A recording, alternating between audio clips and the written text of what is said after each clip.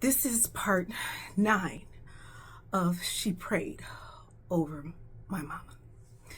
Now, once I arrived into town, it was April 11th. And after visiting with my mother and siblings and hearing the grim outlook that the doctors were giving us for her recovery, I began to soften my stance on visitors for my mom. And even on Kim. My mom used to seem to really gravitate towards her.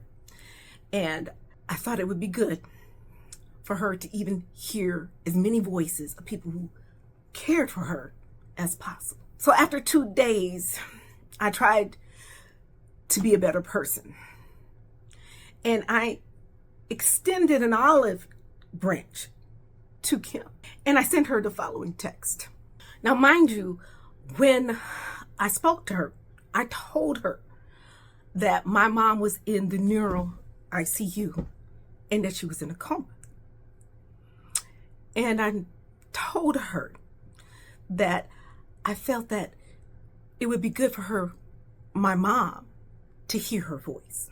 And this was her response. She said, "Thank you, but this weekend was really busy for her." Now, this is the woman who professed that my mom was her spiritual mother, yet she could not find a time in her weekend to see her. In her last days, my mother did receive a pretty steady flow of visitors, and as to be expected, she also received a visit from her pastor and his wife. Now, I, of course, lived out of state, but I recognized the pastor because just 8 months prior, he had delivered the eulogy for my father when he passed. He actually did a really good eulogy for him. And I know my mother really seemed to care for him very much. So when the pastor and his wife came, my siblings and I, of course, we would, as many visitors that came, we would give them some time with my mom, and we would go to the visitors lounge. And that's when I learned that the pastor was Evangelist Kim's brother. That relationship is extremely important to know.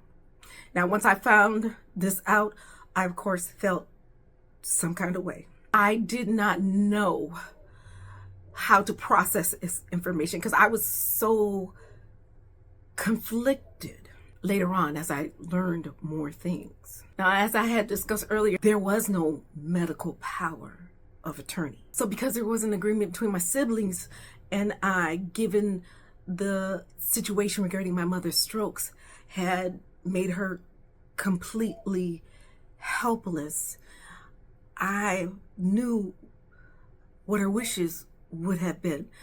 She couldn't breathe. She couldn't turn. She couldn't even swallow on her own.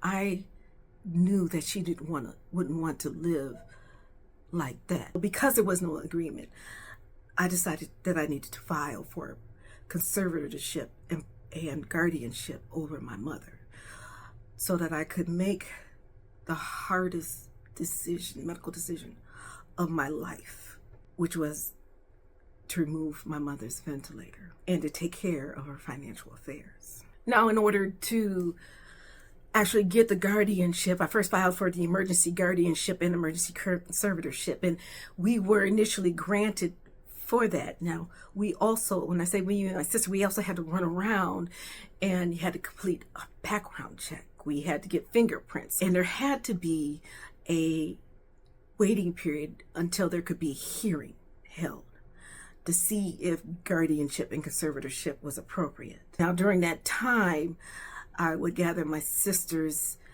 together, and we would go to my mother's home early before visiting hours, and we would look for her any insurance policies in the will. And what we found broke me.